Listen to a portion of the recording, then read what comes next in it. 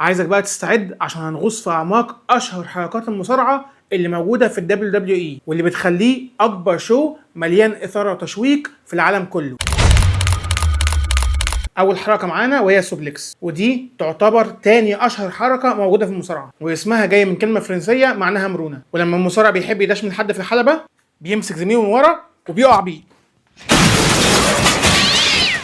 انا كويس. واكتر واحد كان بيعملها كان بروك ليزنر، واظن تاثيرها باين، بس مش اكيد زي ما انا عملتها. الحركه الثانيه وهي الدي دي تي، واللي هي اصلا اكتشفوها بالصدفه لما مصارع في السبعينات مسك صاحبه تحت ايده ووقع بيه، الحمد لله ما وقعتش. ومن اشهر المصارعين اللي بيعملوها هو راندي اورتون وتريبل اتش. ونيجي بقى لاشهر حركه كانت بتتعمل في كل عرض رو كل يوم اتنين، واللي انا شخصيا بحبها جدا، السبير، واللي فيها المصارع بيخش بجسمه كله في بطن اللي قدامه، واللي هي اصلا جايه من الامريكان فوتبول. واشهر اتنين بيعرفوا يعملوها صح وصح قوي كمان هم ايدج ورومان رين. ونخش بقى على الحركه اللي مفيش ماتش ما نشوفهاش فيه، وهي حبل الغسيل او الكلوز لاين، واللي فيها المصارع بيسهي صاحبه وهو جاي عليه يروح خبطه بدراعه كانه خبط في حبل غسيل بالظبط. واكتر حد كان بيستخدمها كان جي بي ال، واللي انا شخصيا ما بحبوش. نيجي بقى لاقوى حركه شفناها في التاريخ، واللي مش اي حد يقدر يعملها، لازم يكون ما شاء الله ربنا مديه الصحه بزياده، زي اندرتيكر، كين، بيج شو، وهي الشوك سلام، واللي بيتقفش فيها من رقبته ويتشل فوق ويترمي على الارض. وهنا اندرتيكر كان طالع في دور محي الشرقاوي. الغريب بقى ان اللي اخترع الحركه دي كان ابراهام لينكولن، وكان من اوائل رؤساء امريكا. بس خلي بالك بلاش نكسر مول السرير ونجرب الحركات ديت في البيت، لان اللي بيعمل الحركات ديت